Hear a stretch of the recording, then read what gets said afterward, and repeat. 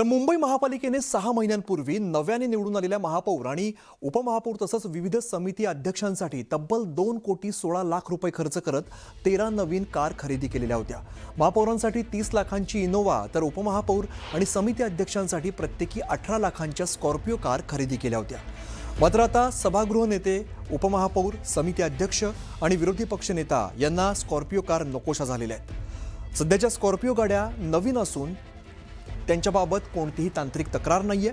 मात्र लांबचा प्रवास, वारंवार होणारे पाहणी दौरे आणि शहरातील खड्डेमय रस्त्यांवरून प्रवास करताना धक्के हे अधिक जाणवत आहेत आणि पाठ दुखते, त्यामुळे इनोवा क्रिस्टा अधिक सोयीची ठरेल असा दावा करण्यात आलेला आहे। सभागृह नेते, उपमहापौर, समिती अध्यक्ष आणि विरोधी पक्षनेत्यांनी केलेल्या या मागणीमुळे आता नव्या वादाला तोंड फुटण्याची शक्यता आहे। एकीकडे मुंबईकर खड्डे, वाहतूक कोंडी आणि नागरी सुविधांच्या प्रश्नांशी झुंज देत आहेत, दुसरीकडे याच रस्त्यांवरील धक्क्यांपासून अधिक आरामदायी प्रवासासाठी पदाधिकाऱ्यांच्या वाहनांचं अपग्रेडेशन करण्याची तयारी सुरू झाली आहे आणि नव्या वादाला तोंड फुटण्याची चिन्ह दिसत आहेत। जे वैधानिक समित्याचे अध्यक्ष आहेत, उपमहापौर आहेत, यांनी सर्वांनी मिळून आम्ही मागणी केली होती की आता जी वाहनं आम्हाला दिलेली आहेत या गाड्या बदलण्यात याव्या, याविषयी तक्रार होती आणि त्या पद्धतीने प्रशासनाकडे आम्ही गटनेत्यांच्या बैठकीत आम्ही मागणी केली होती। त्यानुसार आताच्या ज्या गाड्या आहेत या बदलून नवीन क्रिस्टा गाड्या घ्याव्यात असा माझ्या माहितीप्रमाणे प्रस्ताव येतोय।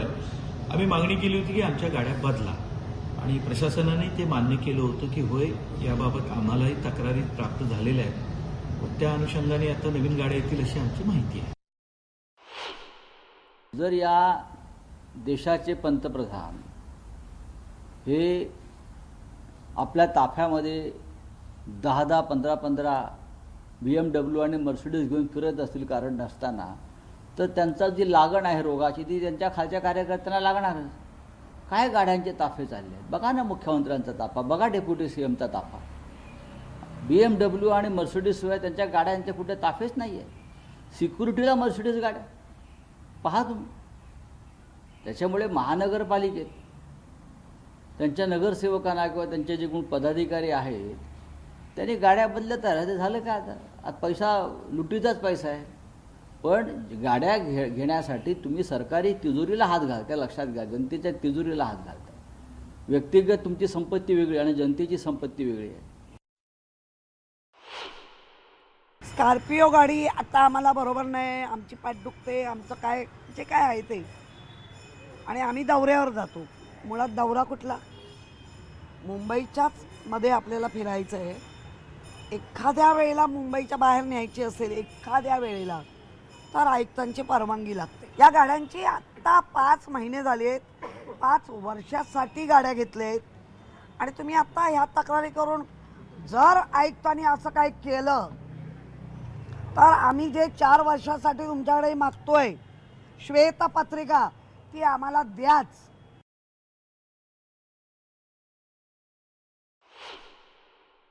स्कॉर्पिओ घेऊन आता 4 महिनेही झालेले नाही आहेत, अगदी कोऱ्या करकरीत गाड्या आहेत, परंतु त्या गाड्यांमुळे त्यांना त्रास होतो, त्यांच्या पाठीचं काहीतरी पाठ दुखते वगैरे अशा पद्धतीच्या तक्रारी करून ते नवीन इनोवा स्क्रिप्टो गाडीसाठी मागणी करत आहेत। तर मला वाटतं की तुम्हारे कमीज से मेरी कमीज सफेद कैसी अशातला तो प्रकार आहे, कारण महापौरांना इनोवा वरच्या क्लासची, हाय क्लासची दिलेली आहे, त्यांना दिली तर आम्हाला का नाही, हा एक कुठेतरी सुप्त एक त्यांचा तो नसती म्हणतात ना, पोटदुखी आहे असंच मला वाटतंय। ह्यांना सत्तेची मजा करतायत, लयलूट करतायत मजा, आणि ह्यासाठी टॅक्स पेअरचे जे पैसे आहेत, महानगरपालिकेचे पैसे आहेत, त्याची उधळपट्टी चाललेली आहे आणि अशी उधळपट्टी जर होणार असेल तर ती खपवून घेतली जाणार नाही। कारण इकडे शालेय विद्यार्थी जे आहेत महानगरपालिकेचे, त्यांना ज्या 27 वस्तू दिल्या जातात शालेय वस्तू, त्या अद्याप मिळालेल्या नाही आहेत। ऑगस्ट उजडायची वेळ आली, आता ऑगस्टमध्ये त्यांच्या प्रथम चाचणी परीक्षा येतील तरी अजून त्यांना त्या वस्तू मिळालेल्या नाही आहेत। आरोग्यसेवेचा बोजबारा उडालेला आहे। असं हे सगळं असताना मला वाटतं की ह्या सगळ्या गोष्टीवर बोलायला पाहिजे, ह्या गोष्टीवर काम करायला पाहिजे, या गोष्टीवर पैसा खर्च करायला हवा। तर ते न होता सत्ताधारी स्वतःला चांगल्या गाड्या कशा मिळतील हे पाहतायत। मला वाटतं की लोकांनी ह्यासाठी नाही पाठवले आपल्याला। गाड्यांची मागणी विरोधी पक्षनेत्या किशोरी पेडणेकर यांनी केली. मला या गोष्टीचं आश्चर्य वाटतं. माझ्याच दालनामध्ये बसून सगळ्यांबरोबर किशोरी पेडणेकर यांनी मागणी केली होती की माझ्याही पाठीला फार त्रास होतो, माझीही कंबर दुखते, त्यामुळे ह्या गाड्या आमच्या काढून त्या ठिकाणी, कारण ह्या सगळ्या गाड्या मुंबई महानगरपालिकेमध्ये कॉन्ट्रॅक्ट बेसिसवर आहेत. या गाड्या वापरल्यानंतरच आपल्याला कळतं. विषय एवढाच आहे की ठीक आहे, वापरल्यानंतर त्यांच्या लक्षात आलं, त्यांनी फक्त मागणी केली की आम्हाला ह्याऐवजी दुसरी मिळेल काय, कारण हे कॉन्ट्रॅक्ट असल्यामुळे त्यांच्याकडे वेगवेगळ्या प्रकारच्या गाड्या आहेत, तर ही गाडी तुम्हाला नको असेल तर आपण दुसरी गाडी देऊ शकतो. तर नवीन वाहन खरेदीच्या या प्रस्तावाबद्दल सर्वसामान्य मुंबईकरांना काय वाटतंय हे जाणून घ्यायचा आम्ही प्रयत्न केलाय. बघूया. गव्हर्नमेंट एक समाजसेवा किंवा आपण गव्हर्नमेंट बॉडीमध्ये आहोत, त्यानंतर आपण एक्सपेक्ट करणं की आपण समाजसेवा करायच्या ऐवजी आपल्याला तो कम्फर्ट भेटावा, तर तो कम्फर्ट प्रत्येकाने आपापला घ्यावा. जसं आपण आता, मला जसं वाटतं माझी जेवढी ऐपत आहे त्या हिशोबाने मी माझी गाडी घेणार. तसंच जो एखादा अधिकारी आहे किंवा नगरसेवक आहे, आमदार आहे, खासदार आहे, त्याची इच्छा असेल तर त्याने त्या स्वखर्चाने गाडी घ्यावी, का नको घ्यावी, त्याच्या खर्चातून त्याने गाडी घ्यावी. पण त्याने हे एक्सपेक्ट करू नये की गव्हर्नमेंटने आम्हाला त्या गाड्या द्यावा. गव्हर्नमेंट लोकांना काय देते हा पहिला प्रश्न आहे. जिथे आपण टॅक्स पेअर म्हणून आपण गव्हर्नमेंटला पे करतोय, तिथे गव्हर्नमेंट आपल्याला काय देत आहे, हा एक मुंबईकरांचा सगळ्यात मोठा प्रश्न आहे. हे आपले रस्ते वगैरे खड्डे, मुंबईमध्ये जे खड्डे वगैरे झालेले आहेत त्याच्याकडे लक्ष द्यायला पाहिजे ना. 40-50 लाखाच्या गाड्यामध्ये फिरून त्यांना आपले खड्डे काय जाणवणार आहेत, बरोबर आहे ना. त्यांना जीप द्या, महिंद्राची जीप द्या, कुठलं करा, इथून पण ते आपलं का निरीक्षण करू शकतात ना.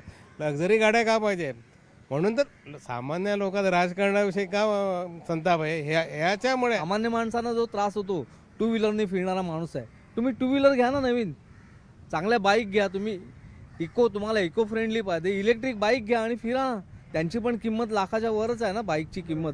तुम्ही लोकांना दिसाल पण फिरताना, तुम्ही काळा काचा लावून गाडीला फिरणार, गाडीतून फिरणार, लोकांना दिसणार नाही कोण चाललंय कोण आलाय, काही कळणार नाही, त्याचा काही उपयोग नाही आहे त्या गाड्यांचा तुम्हाला.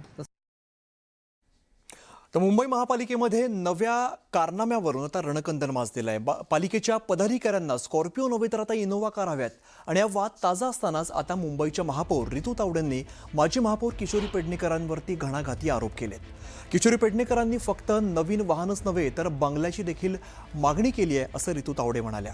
तर सुरक्षा रक्षकांच्या संख्येत वाढ करण्याची मागणी किशोरी पेडणेकरांनी केल्याचा दावा महापौरांनी केलाय.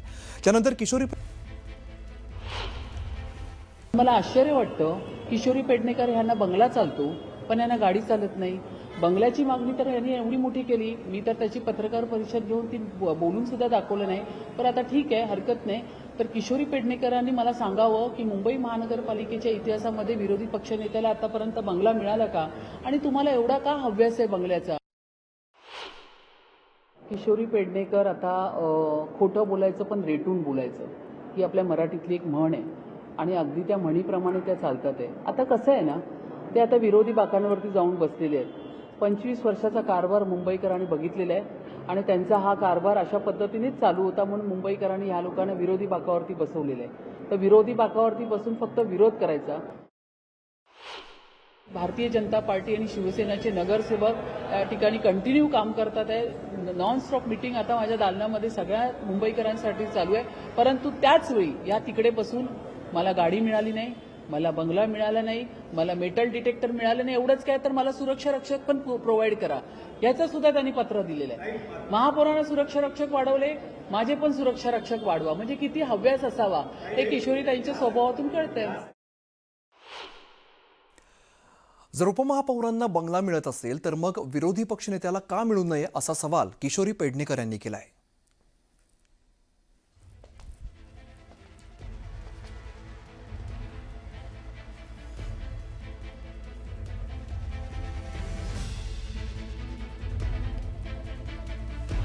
किशोरी पेडणेकर आता खोटं बोलायचं पण रेटून बोलायचं ही आपल्या मराठीतली एक म्हण आहे, आणि अगदी त्या म्हणीप्रमाणे त्या चालतात आहे. महापौरांना सांगायचं, उपमहापौरांनी पत्र व्यवहार केला, त्याच्यानंतर मी सांगितलं, मी विरोधी पक्ष आहे. महापौर आपल्या जर बघितला 37(1) अन्वय कायद्यात, तर महापौरांच्या नंतर विरोधी पक्ष आहे. हे बनवलेली पद आहेत. हे सभागृह वगैरे नेता वगैरे ना 2001 नंतर आले, 2001 नंतर बनली. त्यामुळे ना अशी बालिश उत्तरं देऊ नका. तुमच्याकडे अशी मागण्या होत आहेत, तर त्या मागण्यांना धरून मी सांगितलं, मला नकोय बंगला, मला नकोय गाडी. मी ज्या महापालिकेने सुविधा दिले त्याच्यात आय एम द हॅपी. जर तुम्ही उपमहापौरांना देणार आहात, तर ते पण मी महापौरांकडे नाही, आयुक्त देणारे आयुक्त आहेत. जर उपमहापौरांना दिलात तर आम्हालाही हवा हा बट नॅचरल स्वभाव. असं नाही होणार. म्हणजे तुम्ही सत्तेत असून काही माझ्या मनाला मागाल. आमच्याकडे पण लोक येतात, आमच्या घरात येतात, आम्हाला घरात बसवून त्यांना बोलावं लागतं. आम्हालाही गरज आहे, पण ह्याचा अर्थ नाही मुंबईच्या करदात्यांचे पैसे अशा पद्धतीने नाही. तर मुंबईच्या महापौर रितू तावडे पुन्हा एकदा वादाच्या भोवऱ्यात सापडण्याची शक्यता आहे, कारण महापौर यांची प्रायव्हेट सेक्रेटरी यांना 50,000 दिले जात आहेत, नगरसेवकांना मात्र 25,000 मानधन दिलं जात आहे, असा आरोप विरोधी पक्षनेत्या किशोरी पेडणेकरांनी केलाय. इतकंच नाही तर प्रसिद्धीसाठी 3 महिन्याला 10 लाख रुपये देण्यात आलेत असा आरोप देखील किशोरी पेडणेकरांनी केलाय. तर हे काम करताना आम्हाला विश्वासात देखील घेतलं जात नाही. प्रस्तावाबाबत पुढे वरवर बोललं जात आहे. चुकीच्या प्रश्नावरती आमचं नाव पुढे केलं जात आहे. प्रसिद्धीसाठी 3 महिन्याला 10 लाख, खाजगी पीएला 50,000 महिन्याला दिले जात आहेत. याचं नक्की काम कसलं चाललंय? जे आधी महापौर काम करायचे ते आत्ताचे महापौर करतायत, पण मानधन एवढं का, असंही पुढे किशोरी पेडणेकरांनी म्हटलंय.